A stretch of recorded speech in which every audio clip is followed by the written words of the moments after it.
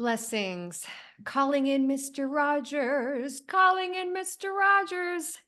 If you don't know who Mr. Rogers is, he was somebody that was a pioneer on television who really valued the inner child. He helped so many family systems be able to parent in a healthier way and to be able to look at the child as so sacred and precious. And so today, Mr. Rogers has set up this interview and my relationship building with Nina. Nina has a special story because she is a child who survived war. Obviously, she's a grown woman, but the inner child in her survived war. And today we're going to gently go into conversation about that. I want to share with you before we got on, we both called in our ancestors, I called in John Horse and Harriet Tubman, and I could feel my heart expanding.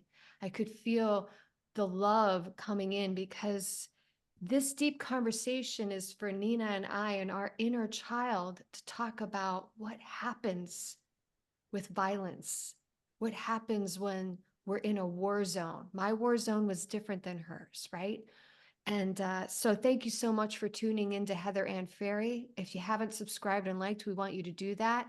And I want to first introduce you to who Nina is and how Mr. Rogers works, because if you've never channeled, part of this channel is to show you how I work with it. So when you're healing and you're doing different techniques, that you can start to do the same and become self-empowered. Because Nina and I, we're both women who want to empower so that we can change what's happening right now on Mother Earth. So with that said, Nina, pronounce your last name. Maglic. Maglich. Maglich. I love that. Nina Maglich. She is her lifelong mission is to bring healing and peace to the world. How do you feel about that? Do you want to bring healing and peace to the world? Do you know anybody in your community that could use a little healing? Every single one of us Yeah. can use healing. No, I'm just asking the audience right now, just to just sort of sit in with where we're going. So when she was 6 years old, imagine yourself, you're 6 years old. Where were you in your time frame? Were you in a healthy family system? 6 years old, my trauma started to start at 7, at the start of the Bosnian War. Am I saying that right? Bosnian War, Bosnian War. Bosnia-Herzegovina War. Yeah. She made a promise to her inner self to do whatever it takes to help bring peace. Now think of that. Imagine you're looking at Nina right now, this beautiful soul. Now see the 6-year-old. See her in a war zone as she's going to share what she feels comfortable with today. And she makes a vow that she is going to spend her purpose, her effort, her intellect, her wisdom to bring peace. And that is why, Mr. Rogers, every morning I wake up, I do 7 minutes of Facebook. That's it. And someone comes on my feed. And she came on my feed. I had no idea who she was. She's doing a healing summit, which we're going to talk about at the end of how you can join for free and what you need to do in order to do that. And she was looking for speakers. And I heard, because I get actually asked to do a lot of summits and I turn them down, but I heard, do it, submit. So I immediately submitted because I listened to my angelic guides. Not even kind of knowing everything of what I was submitting for, to be honest with you. And then we meet to do the pre-recording that you can definitely hear, and you can win a free session with me. And we do the pre-recording. We start talking afterwards. She had never heard of Mr. Rogers. But as we were talking about her passion for the child, for the wounded child in war zones, for her story, I laughed and thought, I got to interview her. I got to do whatever I can to promote this, because this is linked to my ancestral lineage in America of slavery and trafficking and tons of wars that I've had to heal in my bones, in my soul. And so that's the magic when you start meditating and breathing and taking care of your diet and taking self-care. You start to go in and then you start to feel like she, before gone on, she sets some boundaries, which is important. I wanted her to. We had some very gentle conversations. I said, we might, would you be interested in meditation? She's like, I'm told not to. And I was like, great, then we won't, because this is a safe space. And honestly, with trauma work, I don't like a lot of my clients to be online at all, because when you start opening up trauma, you're very vulnerable and you need to be protected. So we're protecting this space today. And at any point, if Nina wants to stop, we're going to stop. If she wants me to stop the recording, we're going to stop the recording. If she doesn't even want me to post this, I won't even post this, because I know the power of the Divine Mother and my angels. They're telepathically already sending signals out. And if you're on this call, you have an angel that said, press play. That's how this all works in real practical time. So she believes healing is one of the most fundamental paths to peace. And I agree, because when people are hurt, and we're seeing that in America today, and we're seeing also the Epstein files, the 3 million people listed, we're seeing all the gurus and the teachers and blah, blah, blah. And what I want you to get from this is, I don't want you to get fixated on that. Yeah, take notes. You might want to throw out a few books. You might want to fund a few things, but I want you to ask the questions of, wars are funded by rich people. So we need people like Nina, and myself included, to have lots of money, lots of it. The more, the better. You know why? Because when holy light beings, women, obtain their ranking again financially, I bet you won't see as many wars. I bet you we can flip what has been controlling us with all these people and their connections and selling the soul and this and that, and have the light beings create a new world. That's not a fantasy. In Nina and I's reality, that is real and it's tangible, and it starts with conversations. So we thank you for being here today. So she, 34 years later, she is living that promise through the Global Healing Summit, which is in March, and the Global Healing Millions community, which you can, I think, is that your book in the background? Yes. Can they get that on Amazon? Yes, they can get that on Amazon. Beautiful. Let's support her. That's what we do when we want to advance light beings. So thank you so much today, and Nina. So it's a painful week, because yesterday was my father's birthday, and today was the day he died 4 years ago. And when my dad died 4 years ago, I had my second dark night of the soul, which was healing war, slavery, trafficking in America and other parts of the world from past lives. And so I don't think it's a coincidence that you chose or gave me an option of today to do this meeting, this conversation. So I thank you, because I think I'm going to have a lot of healing. I'm already having a lot of healing by using my voice. And I want you to just breathe for a moment, Nina. And I want you to take us back to that 6-year-old. And I want you to, your sentences don't have to make sense to any of us, right? You're 6. Kind of from that 6-year-old lens, what's it like as the war? What's your environment like? What's it sound like? What's it feel like? What's going on with your family? Whatever you feel comfortable sharing. Yes. Let us go back to 1992 when Bosnian War started. Um, it was really brutal. You know, I was 6 years old. I remember my family come all from all parts of Bosnia coming together to stay together. No electricity, no running water, no food. We were basically left to be killed. The whole country, not only my place, but the whole country. And you have to imagine you need to stand in a line for hours to get little water that you can drink. Um, you have to stand in a line for hours to get some food, and you never know if you're going to survive that moment.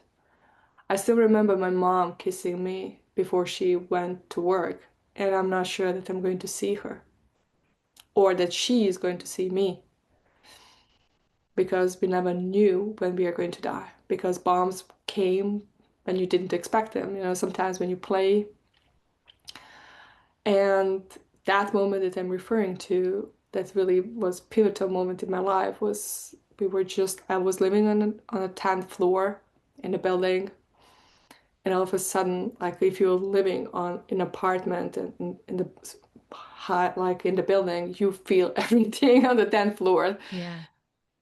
And all of a sudden you hear bombs, and I'm standing there, my eyes are wide open. I see people screaming and running, and my mom said to me, Nina, run. And I couldn't move. I really couldn't move. I see people going crazy, like panicking, screaming. Yeah, like, and I cannot move. I'm 6 years old and I have no clue why we are going through this. And it took a while for my mom. She took me and she ran with me. And it took my mom a while just to calm me down, just to like, I was in shock. I was frozen. I couldn't do Mm-hmm. anything. Mm-hmm. And sh I don't understand why this happening or why we'd have to go through this. But I remember that at that moment, I made a promise that I will do no matter what, that no child has to suffer. Because I was not the only child in that home. I had a brother and cousins. I think 10 cousins at the time lived in this small two-bedroom apartment.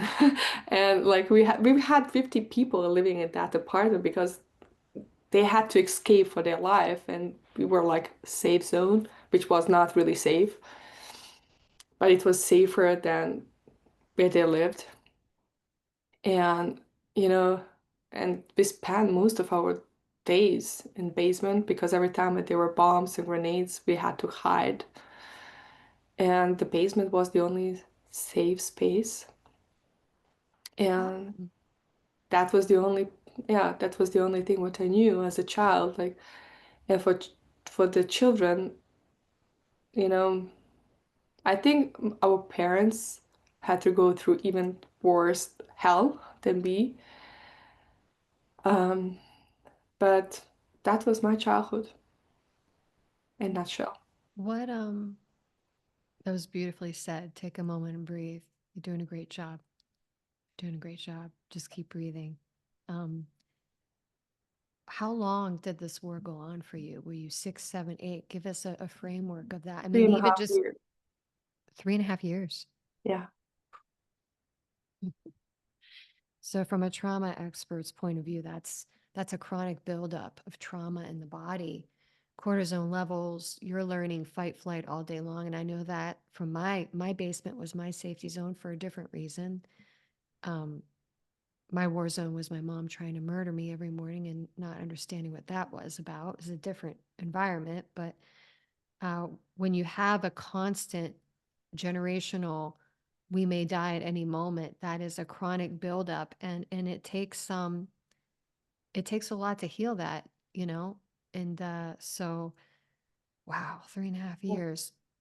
And we That's also had 5 wars in 100 years. So it was generational trauma that was passed on me as well. Yeah. so when you when the war ends, what's life like in the next couple years? Like like how do you transition? Yeah. I'm Did not you, sure or that you did you haven't. just survive on mode? And did you even comprehend what safety was? Because I know I didn't for. many, many Yeah, years. Like, yeah, yeah. Because you are still in this alert mode. You never know what is going to happen.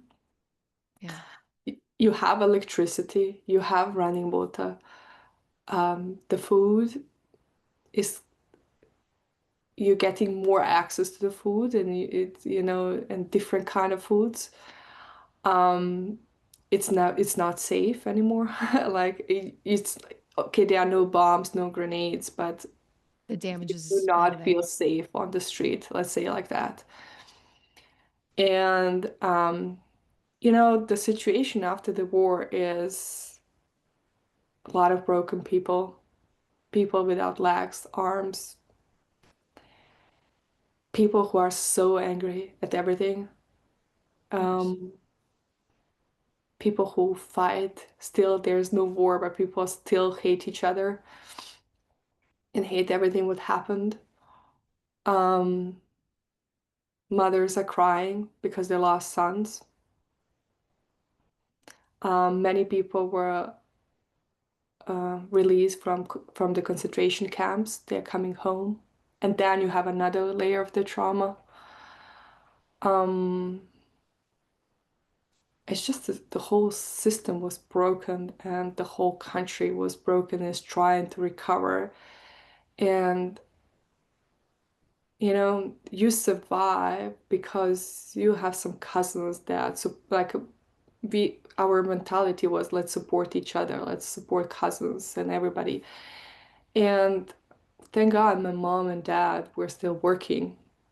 They had some fundings, and but for many, many people, it was really hard. It was really hard to move on with their lives. Some people lost jobs. A lot of people didn't have a job after the war, or if they had a job, they didn't get any money for that. They still needed to go to work, but there's no money. And they believed one day when everything is over, like, the country, the state is going to pay us back, because that was state-owned country, factories or companies.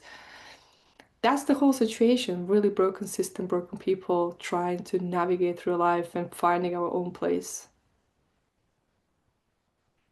And as you described that so well, I couldn't help but, I think of the mindfulness or the spiritual community. We're always talking about frequency and energy and that. Well, what war does, and you can tell me if I'm correct or add to this, is it's, I guess, energetically poisoning the land and the water and the materials and the clothes and the even where you're walking on, because it's the remembrance of violence and hate and sound frequencies that are disturbing to anyone's ear, animals' ears. So this is a collateral that is huge for generations that I don't think people take the time, because we're so, especially in America, we see little short social media posts. And that's why with you, I wanted to take our time today. I didn't want to be like that quick fix. We'll just say a few, I wanted to go there so that people can start to sit back and reflect, because definitely in America, we're saying no more wars. We don't want to fund them. We don't want to be a part of them. We don't want to send our people over to them. We want to start to build our family structure back again. It's lost, it's broken, it's divided, it's psychological warfare now. So you're describing, like, the environment of this child and what you're seeing all around you, and the fact that I love the fact that you said your parents were some sort of a grounding force. Usually there is in an environment, like, for when I think of the slavery, it was the John Horses and the Harriet Tubmans that fought the system and were like the leader grounding. But what do you do when you're walking around and seeing, like you said, broken limbs and broken souls and broken hearts and sort of faith? Um, Yeah. And Heather, you mentioned something here very important. It's also the frequency that is left after the war. The whole environment suffers, people suffer, and it's really hard to recover. And we also had a lot of landmines. wow. People still died after the war because they didn't know there are mines there. And that was also a big deal for us. It took us almost like 15, 20 years to really remove them. So living in this environment through your childhood, you're seeing people barely get by. They have maybe one pair of clothes on their back if they're lucky. Um, what was the talk about money? Did you ever hear a talk conversation? Was your mom stressed about money? Were people angry about money? Were people, I'm just curious because money's energy, and we hear that all the time on, so, oh, money's energy. But a lot of these leaders really are still just funding, like we said, the Epstein files, 3 million people, sick perverts on platforms, um, a whole psychopath, funding trafficking and hurting children. So what, because we have to heal the collective to see you and I as worthy of being funded for, right? We of worthy of having a lot of money because somehow in the collective we've been funding even as the people, the predators. So from your perspective of being in the war zone for so many years and seeing it, like what was the feelings of money or, you know?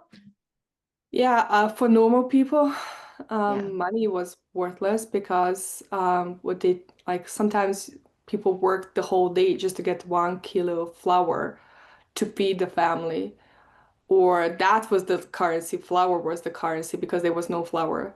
Wow. Um, yeah, things like that become very precious.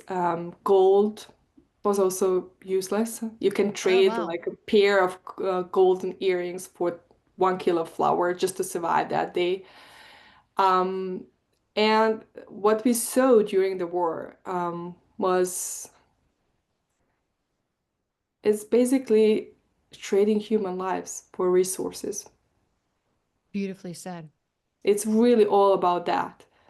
Um, and And not to interrupt, but the other thing you said was the value of food and the value of quality of food is priceless. And in America, we have taken it for granted. We have turned a blind eye. So they have poisoned our soil. We have horrific food here with glyphosate. We wonder why we have obesity and diabetes and everything under the sun. And we have politicians and regulations that turn a blind eye. And I talk about water on my channel, and I talk about my sponsors with water and clean water and, medical grade water. And, oh, these men, well, water's just water. Well, you know what? Water's not just water when you're disrespectful of it. We had healing water in the state of PA, but nobody actually wants to talk about that. No one wants to talk about how you've disrespected Mother Earth. So food became their precious resource. So if you're sitting there and listening to this today and you do have resources and you do have lots of food, this isn't to make you feel bad, but it's just kind of a wake-up call of what you take for granted, you know? And to realize, wow, we want to empower the people, the everyday people to get up and start rewiring your brain and build businesses and fund women like Nina and buy her book and start to build so that these elite people don't keep traumatizing us generation after generation. And I think the biggest wake up call right now in America is the Epstein files, because you can't hide. Because I put one post, Deepak Chokra, which I knew for years, but 3,300 emails with Epstein. I don't care if he did what you're in contact with that type of energy. You have 80 books published. I'm sure he's got a seven figure from that. I'm not trying to make the audience feel bad, but we have to wake up right now. We have to flip the script. And so we have to really start to heal within, because when the child starts to heal, let me ask you this, Nina. Like for me, it took a long time to heal all these programs from predators and the slavery stuff. And so I was faced with them in work environments, and I was faced with them in relationships before I could wake up and say, no more, no more. And I walked away from big deals. I walked away from selling my soul. What was your journey as you're transitioning from a teenager into, let's say, your 20s? What challenges did you have having coming from that environment and as a beautiful woman? one of the biggest challenges was leaving my country because I knew I couldn't help anybody in that country. Wow. because the whole system was broken. It became corruptive. And I didn't want to play by their rules. So I Mhm. left. I moved to Austria with 800 euros, thinking I'm really, really rich. I still remember talk with my dad. He's saying to me, Nina, that's nothing. Like 800 euros is not a lot of money. I said to him, Dad, you don't understand. It's a lot of money. I'm rich. And I came to Austria the first day, paid all my bills, and left with 10 euros. Mm. And I was like, oh my God, my dad was right. But I was Mm. so proud to say to my dad, Dad, you were right. I needed to figure out how to survive. And Mm. that was my life. I didn't want to play by their rules. Mhm. I know that I can have much bigger impact watching the country from Austria and helping them from this way and making people aware what is happening in the war. And this is why I'm here to really share this message with the world. Like, we are all wounded. It doesn't matter where you come from. You can Mhm. live in the most peaceful country in the world, but still have war at home. Mhm. And that's really important message. We all have wounds. We Mhm. all have generational wounds that are passed on us. Mhm. And the thing is that these people who are leading the world right now, they know how to press those wounds. And when you're hurting, when you're bleeding, when somebody presses the wound, what you do? You jump, you scream, you are angry, you don't know what to do with the pain. And unintentionally, you hurt other people. And that's why we need to do healing, because heal people heal, hurt people hurt. Even if it's unintentionally, you still hurt people around you because you don't know better. And Absolutely. that's why we need to have these conversations. Yeah, absolutely. Repeating patterns and empowering your soul, spiritual maturity, things like that. For my United States audience who's never actually lived in a war, what would you say to Americans who misunderstand? Well, you know what? I say they've never been in a war, but I kind of feel like we're in a war. It's just a different type of war. I know it's not the same. And but I feel like, I've seen so many wealthy people commit suicide or die young from diseases and this because they have childhood traumas. They haven't faced them. They be ego. So it's a different type of war. But what would you say to the American audience that's never actually physically been in a war, you have at 6 years old, about the child's nervous system, about the child's nerves? That's a really good question. As a child, you're in constant, not only as a child, as an adult as well, you're in constant alert state. You never feel safe. Sometimes you will hear noise during the night and you think somebody's going to kill you. That's the reflection you have. It's very hard to trust people. It's very hard to believe in a better future Mhm. because when everything is collapsing, you really do not see any ray of sunshine. And for people who haven't lived in a war, I just want to say war is not between soldiers. Innocent people die. And innocent people, like kids, women, men, teenagers, they all die. They are just there. Like, sometimes when there's a bombing, you cannot really escape much. You You're can talking try of to hide, but it's really hard. Mhm. And I just want to say what I just want to really say to people. I know it's a big deal in the States to become a soldier. I just want to, for a moment, for people who are doing this, just for the moment, think about parents you're leaving behind. Think about the family you're leaving behind because they are surviving trauma as well. And when you come after the war, you're not the same anymore. You're broken and you have nightmares and you have that pain, you have a trauma, you don't know what to do. It's really hard to go back to life. I didn't have a choice as a child. I didn't. I was there. But if you have a choice, just think twice. Think about your parents, think about your family you're leaving. And not only that, the science proved that we passed the generational pain through the next 7 generations will have the pain you had, even if they don't know about that. And that's the only thing I want to ask you, like, please think twice.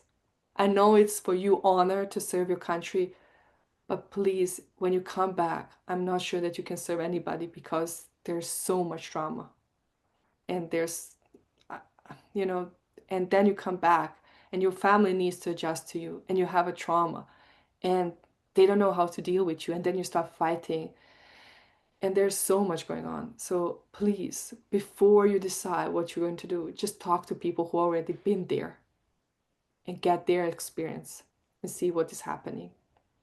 That is, That's my only ask for I think people. that is beautifully said. What I heard from you, or at least what I'm going off on, is you're being a voice for the victim. And Yes. that's where we're changing in society right now. Because I've said for years, because of the Epstein files and the money and the platforms and the buying the books and this and that and the sex deals, and you don't fit in because that we've been programmed so much. And people are now losing trust, which is okay, losing faith, which is okay, because they're going to have to go within and they're going to have to empower themselves, which is a beautiful thing. That's what you and I are doing, Nina, with this conversation, because victims need to be on the platforms so that we can stop the violence and the predators. So you're really being a true voice for the victim. And with the war, I had severe generational PTSD when my dad died. I didn't know until he started coming in and saying, you got to do this, this, and this. And why was he saying that? Is because we know that when you don't get trauma out of the bones, the blood, the tissues, that you lose your lifespan. You lose 25 years of your life. We are not supposed to be dying at 100 years old. We're actually supposed to be living a lot longer than that, healthier than that.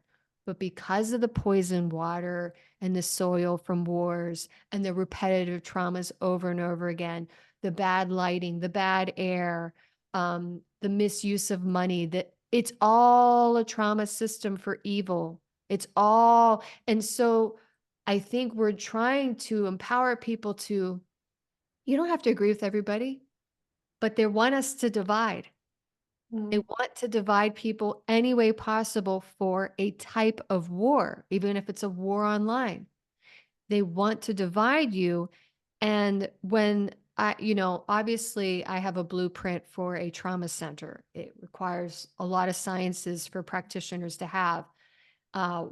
Being in water, shaking out trauma, because I had to shake out so much trauma, but it changed my bone structure. It shocked me because nobody had ever talked about that through the 25 years that I've studied. It's changed, anti-aged me. So I'll be curious how much more I can live. Um, and being a professional dancer, now my body moves in a way that I'm like, how is that possible at 53? So I know that we're not given all the tools in this trauma center.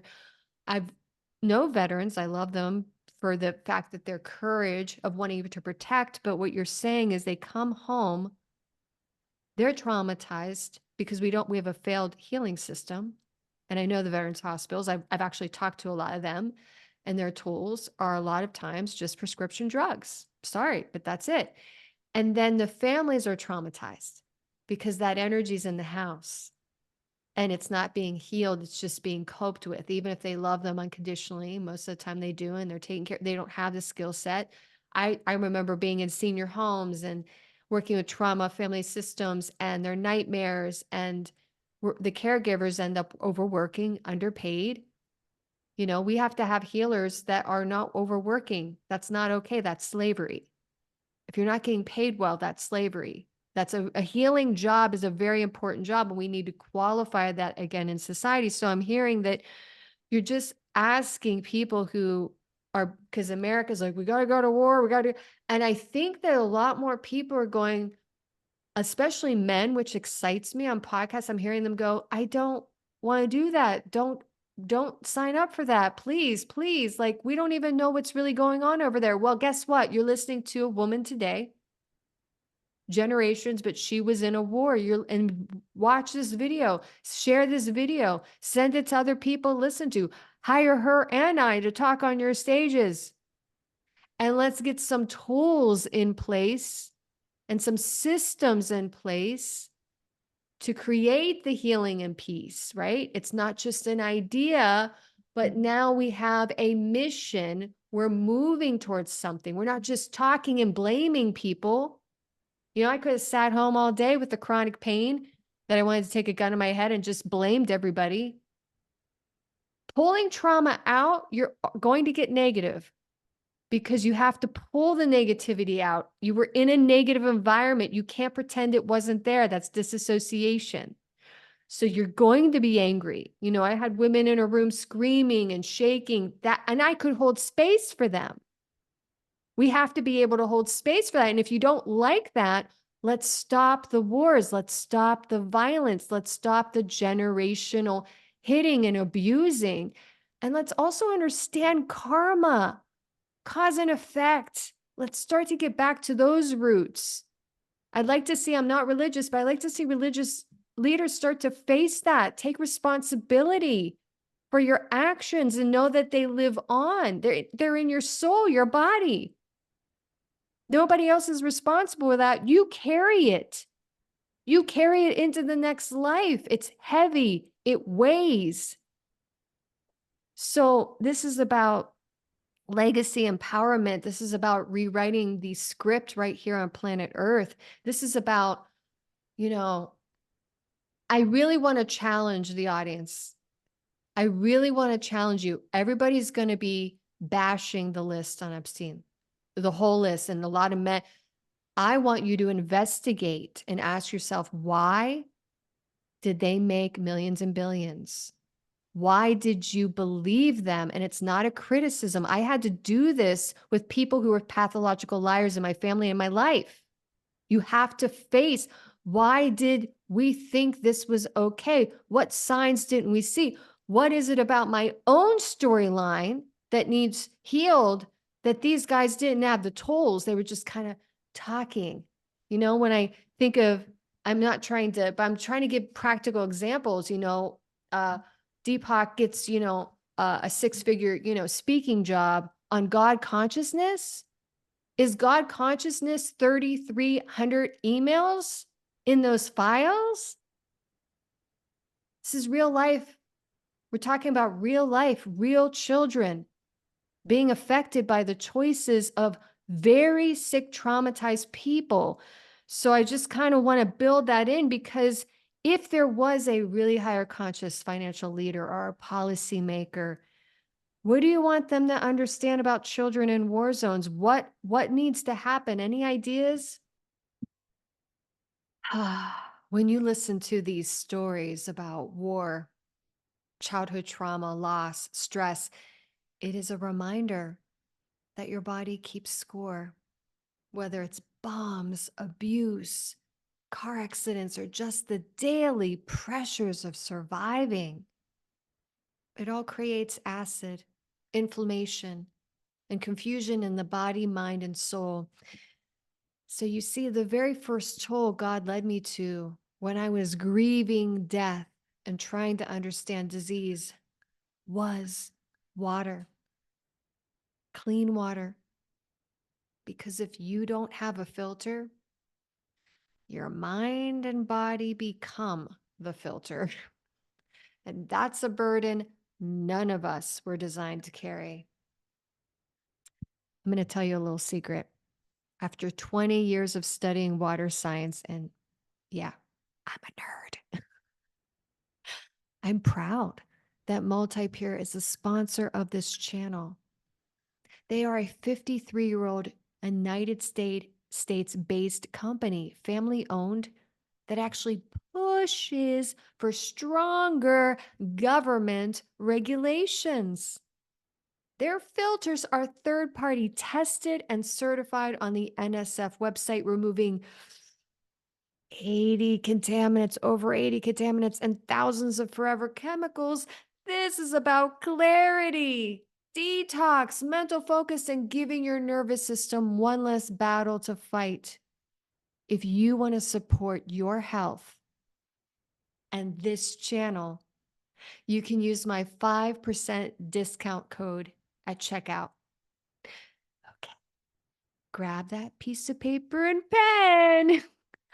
436409. Yeah, That's 436409 because healing starts with the basics and water is the foundation. And when you hear stories like this, you realize healing isn't just emotional or spiritual, it's physical. The nervous system remembers everything. So even something as simple as clean water becomes an act of reclaiming safety. And that is why I trust multi-pure. The healers are very essential for the world because we need to heal the generational trauma that is passed on us. We need to heal those bleeding wounds that hurt so much. Um, because when you heal your wounds, you start being triggered by people around you. So those people who are in charge, who know how to press those wounds to make you cry and scream and bleed, they cannot do it anymore because you are in charge of your life and you are not triggered anymore. And that's why we need healers. And healers are here to empower you, to show you what you can do with your life. That you don't have to hurt anymore, that you don't have to cry, that you don't have to feel miserable in your life, and to stop being victim of life. I want to share this story because when I was a child, I asked myself why things are happening, why I was born in that country. I didn't want to be born in Bosnia. I didn't have a choice. I was born there. And every single life experience that you had led you to become a person you are today. I couldn't lead this movement to heal millions without that experience because I needed to experience human pain to become passionate about stopping that, to become passionate about helping kids, to become passionate about bringing peace to the world. And that's why I'm always saying to people, at some level, at some soul level, my mission became much earlier than before I even was born. And that experience that I went through needed to happen for me to start remembering that that purpose I had. And my purpose is really to help people heal, to bring healing and peace to the world. Of course, I cannot do this alone. I really cannot. To heal millions, it takes really army of healers to help people heal. And that's why I'm doing this movement, empowering healers to join me, inviting them to join me on this beautiful mission to heal millions. That's That's why what we we need angels like Mr. Rogers to connect the dots and bring you on to Yes. our talk today. Just a few more questions, and then we're going to tell them about the summit. We're going to tell them how to register. We're going to tell them what they're going to get from that, so you can walk them through what this community is. Because I wasn't familiar with school, but I want to ask you just a couple more. Um, can you describe as an adult some of, if you feel comfortable, and if you don't, that's okay, some of your health issues because of the war you grew up in? Did you experience health issues? What was that like? I didn't know that there are some consequences of trauma on body. First of all, I really didn't know it because nobody talked about that. And I think people still don't understand that the reasons why they have more health issues is because of the trauma they carry in their body, and body needs to react somehow. And body is not the enemy, body is just a messenger. Hmm. And that's really important that we know. In my case, I became very sick. Mm-hmm. I spent 18 months going to the doctors. Nobody knew what happened, why I had enormous pain in my belly, why I had the cramps. Every time when I had the cramp, I was paralyzed for 1 hour. I couldn't do anything. I was just laying and praying God that everything will be over soon because I couldn't do anything. And at that moment, they told me I did all blood tests, all body scans, nothing showed why I had a pain. And they told me that the hospital is going to take us years to find the root cause of the problem. And I said to them, I don't have one more day to live like this. Right. And I left the hospital completely defeated, crying, like my whole world collapsed. And all of a sudden, I heard, like, just because they don't know the solution, it doesn't mean there is no solution for you. Look somewhere else. Maybe the solution is in alternative methods. And this is why on my way home, I scheduled a call with an energy healer and I became pain free in 2 sessions. And Mm. this is where my healing began. Really, I Mhm. became pain-free in 2 sessions, but my real healing took me a lot of time, a lot of work on myself.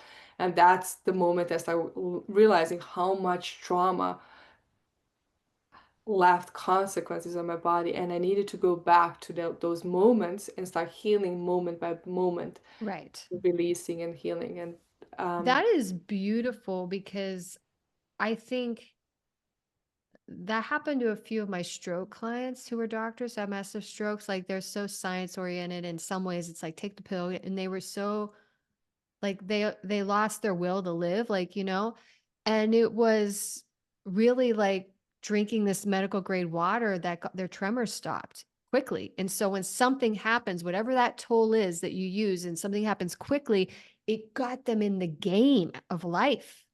And mm, then they were meditating, and then they were working with this therapy, and then they were working with that. And that was my story too, because you got to get in the game. And sometimes it's really hard when I was in that paralyzation frozen state in my first organized soul. So I totally get it. And it's funny because when my dad died, I kind of thought I had already been healed. And then he was like, no, because of my assignments here, he was like, because I didn't know my ancestral lineages was slavery and war in America. I had no idea.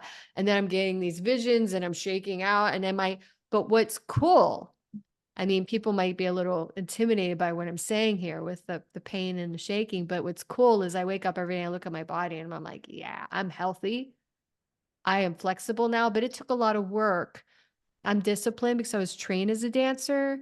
And my concern is because we don't have sort of trauma centers specifically in the United States where we have 8 to 10 sciences that I did on my own, that people are only getting a little bit here and a little bit there. And I want to get people fully in their avatar bodies again so that we can rewrite the script for the next generations to come moving forward, not just sort of, I don't want to say band-aids because every healing is important, very important. But, if you have a wound and you get the first part out, but you still got like some more stuff in there, we want to get it all out. You know what I mean? Let's just get it all out so we can, because what I am experiencing right now in my life, I didn't even think was possible. mm. So I really love that it was that initiation of I'm going to go outside the box. And how did you find the energy healer? How did that happen magically? So, Um, Actually, that's a very interesting story. After the war, a lot of people came to Bosnia to start bringing peace to Bosnia. And so many people came to start teaching different modalities. And one of these mm, modalities was that accidentally met was a woman who was teaching chakra balancing and started learning mm. about that. I didn't really know what I'm doing. I was 14. I was like, okay, this is so cool. Let me play with my grandmother. She was like, oh, let's play. She was thinking like we are playing. I had no clue what I'm doing. I'm trying to do things. I was always spiritual. Um, I was always reading like spiritual books, and this is how I grew up. And that world was very familiar to me. And it the reason why I started searching for other methods was okay, in Boston we have a lot of energy healers, but I never considered contacting them to help me because I thought, I don't know, I have to be like, I didn't really understand what is going on there. I just want to be honest. And I I was just totally like, get it. yeah, I was like, okay, they have to be like special people chosen by God, and I they're know. really, I was the same way. yeah, My first initiation was an energy healer too. We have a lot in yeah. common. And it was like, okay, let me try to do some courses. I find courses on Mindvalley. I find somebody who was doing teaching intuition. I was like, okay. I reached out to her first. I said, like, look, my body is telling me something. I have no clue what it is. Can you help me? I know that it must be something, but I just have no clue. I cannot decode science. Right. And she said, I'm not doing healing anymore, but my sister does. Mm. And I was like, okay, I will do any healing. Just send me a message from your like a sister. I just need contact information. I will reach out to your sister. And I reached out to her and that was it. That You said a I magic word here. I don't know if you picked up on it, but you said the word play. yeah. because there's no way you could have played as a child in a war zone just like me. And so she activated something that you lost because you lost your childhood, you lost playtime. She activated one of the most important things in a child's soul is playing. And people think, Mr. Rogers was very private and sort of he played with puppets and talked to them, his imaginary friends, and people on in show business, they would interview him and kind of make a little fun of him. They loved him, but they would make a little fun of him. And you could just tell his demeanor, like, you think that what I'm doing, this playtime, is silly. It's not silly. Mm. It's not, it's called telepathic intuition because he actually did some pretty cool healings that nobody really knew about in hospitals and with children. He didn't promote that, but it was just interesting to see people's perceptions in the media with him kind of like joking, like, because he was so protective and engaging with the inner child. And he, on his show, had them do music and singing and writing and feeling anger. So when I channel Mr. Rogers is in my house in the last 4 years, I was angry. I was angry at my dad. I was angry at this stuff. I threw tantrums. But what a great place to do that. I'm not being judged because when you're a child in isolation, frozen, you can't do any of that, So the word play, I think, is brilliant that they set that up as your first initiation into this realm of healing. You know what I mean? Because I think we need people, I Mm. mean, we need a lot more innocent, playful, pure heartedness in the process of actually facing darkness, so wow. Yeah, that was something I did with my grandmother. My grandmother was very intuitive. Um, she really helped me develop my intuition, even though she didn't call it the intuition. But she taught me one of the best things that really opened my intuition completely, and that was really cool. So you're close to your family. Yes. That's a gift. That is wealth. What a beautiful thing. And you guys have been able to gracefully move through all of this tragedy and pain. Yes, I have a big family. I have 200 cousins just on my father's side, on his father side. And I have more like 800, a lot of 800 cousins, and we are all know each other. We are all close. Like my grandfather had like 10 siblings, and each of them had 3, 4 kids.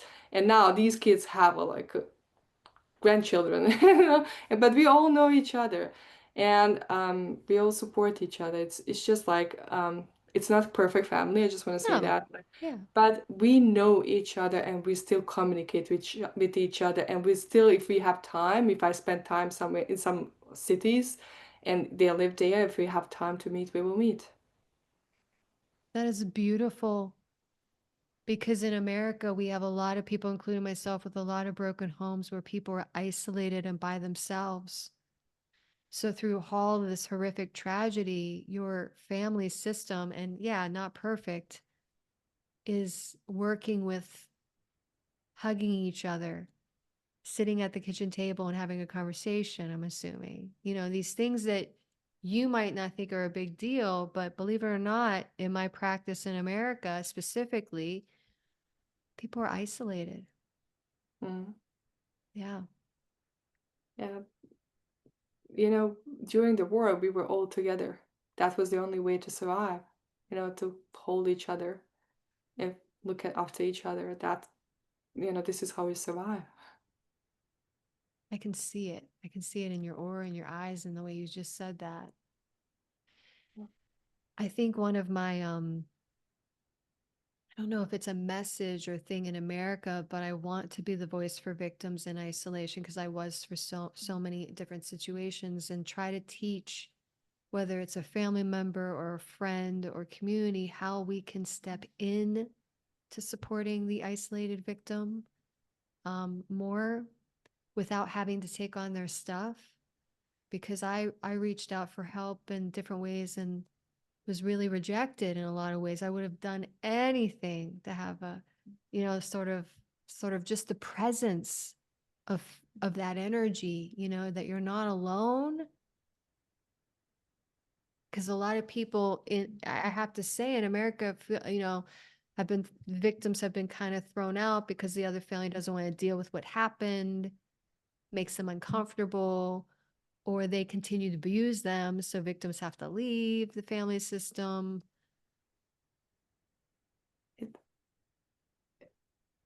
you know, how can I say this? Thank God I have this family that really cares about family. Because even if I don't have regular contact with each of these 800 people that I have in my family, when things happen, they all come together. It's just like, let's come together. Wow. And sometimes you have like, if somebody dies, they all come together, bring food together. Like, you don't do anything, you don't cook, you don't take care of anything because they take care of everything else. So you can really grieve in that moment. If, for example, if one of our cousins lost his home in a flood, so the whole family tried to really help to rebuild the home. It's, we all do what we can. We cannot do a lot, but what we Sure. can, everybody supports. In Bosnia is a very poor country, Okay. and but we do not have so many homeless people on the streets. And the reason for that is because we take care of each other. If you have, for example, if you have family members, they will try to take care of you. They will send you food, they will send you clothes, and if you have neighbors next to you, like they would like, hey, I cooked something, this is for you. Or, there's always even some strange people on the street would help you. Not always, but most people would. And it's just, I think that's the mentality that we I have. think that is one of the most beautiful. That's why Mr. Rogers wants, I mean, there's everything you've said today is enriched with practical lived experience, but that message specifically to America needs to be heard right now. It's a beautiful message of what do we value at the end of the day. And I want to close this session with a deep gratitude for your vulnerability and sharing your wisdom. And I want you to share with the audience about, am I pronouncing Skull Community as Skull Community? We'll put Yes. a link below. Actually, I think I have a referral link if I could figure it out. And you you have to register though. I want you to explain why and what the March event, what they'll get when they register. So thank you so much for this opportunity to share this with your audience. We have the New Era of Global Healing Summit in March 17th to March 19th. Actually, the closing ceremony is March 20th. We have 35 speakers, including you, Heather Ann, who are there to share a message with the world. They have talks, they have workshops, sessions. We do whatever we can to give you tools to inspire you, to move you, to touch you, to encourage you to create something better. There are 35 healers. Every single one of them is different. Every single one of them is unique. So pick and choose what you like, leave what you don't like. It's a beautiful community. We already have 600 people registered for the summit, and we still have 1 month before the summit. So you still have a chance to register for the summit. Yeah, there's going to be a link in description below, probably. And it's on school, which is great because we wanted to have community. We didn't want to have it on Zoom and that nobody sees you. We really want to bring these amazing healers closer to you so you Mm-hmm. can ask them questions, you can engage with them. And that's what we want. We wanted to build a movement. And this is the first summit we are going to have in March. The next summit is going to be the World Peace Summit in October. Okay. And we definitely invite you to come and join us. And yes, you have the recordings of the summit for 2 days, like 2 days after the summit is over. Okay. You can watch it, rewatch it, redo it, do all the sessions. All these amazing speakers have beautiful gifts for you. Also, Heather Ann, you can win a session with Heather Ann, with also other speakers. So it's going to be amazing. A lot of tools, a lot of support for you to heal. So when they click on is there a registration form? Can you just inform them what Yeah, they'll they just need to like they need to register for the school. If they have a school profile, they can use that profile. okay, And what I'm asking is also the email address, how they heard about us, and what they're interested in. Are they great, interested in healing or business or both? great, Because we don't want to give people what they don't need, and right, that's why, sure. yeah. Yeah. And I want to say, just having been having a private practice for, is that your daughter? I love it. She can come on belong. Having a private practice and being in all kinds of business ventures as an independent contractor, I've been thoroughly impressed by you, Nina. You are beyond organized. And that's, I don't say this like I'm a 5-1 in human design. So I'm an investigator. Like you are so organized. Your marketing skills and your skills of giving us tools, and I feel the energy of the people you have chosen, like really for this. And it's just like, yeah, she is a leader. She's got this all put together. It does not surprise me that you have 600 people lined up, and we want to have, hundreds of thousands of people there that really feel that space and can interact and maybe make a friend, maybe find a healer, maybe get a free session with whoever is aligned, because your angels are going to guide you, right? They're going to guide you to, oh, let's go on this talk today, or oh, let's go on that talk today. So, with that said, I'll have all the links below. I'll make sure Nina sends that to me in the email. Before we finish with Mr. Rogers and the child who survived war, is there any last comments you would like to share with the audience today, Nina?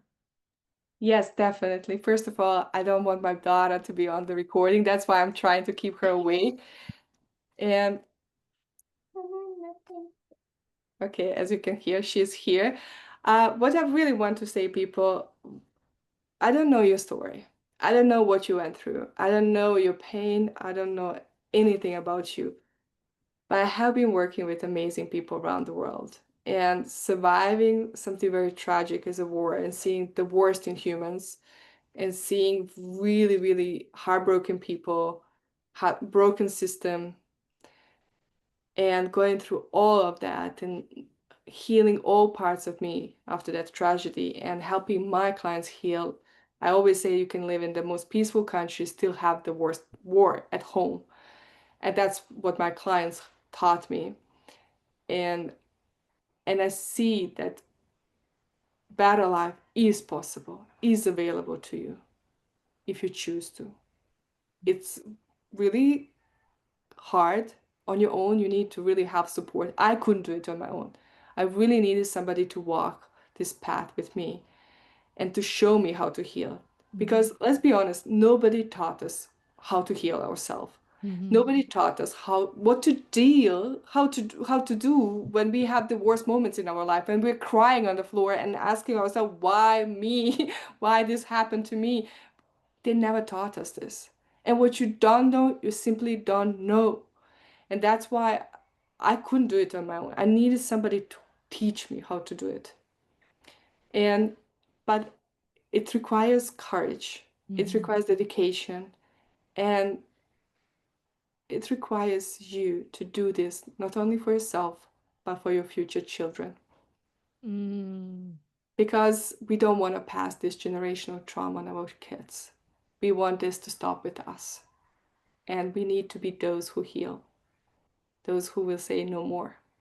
It's enough. Yeah. And no matter what's happening in your life, find a person who can help you, who can guide you.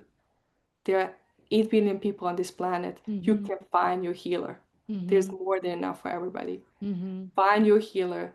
Find a person who gets you, who can Mm-hmm. support you. And better life is possible, is available to you if you choose to.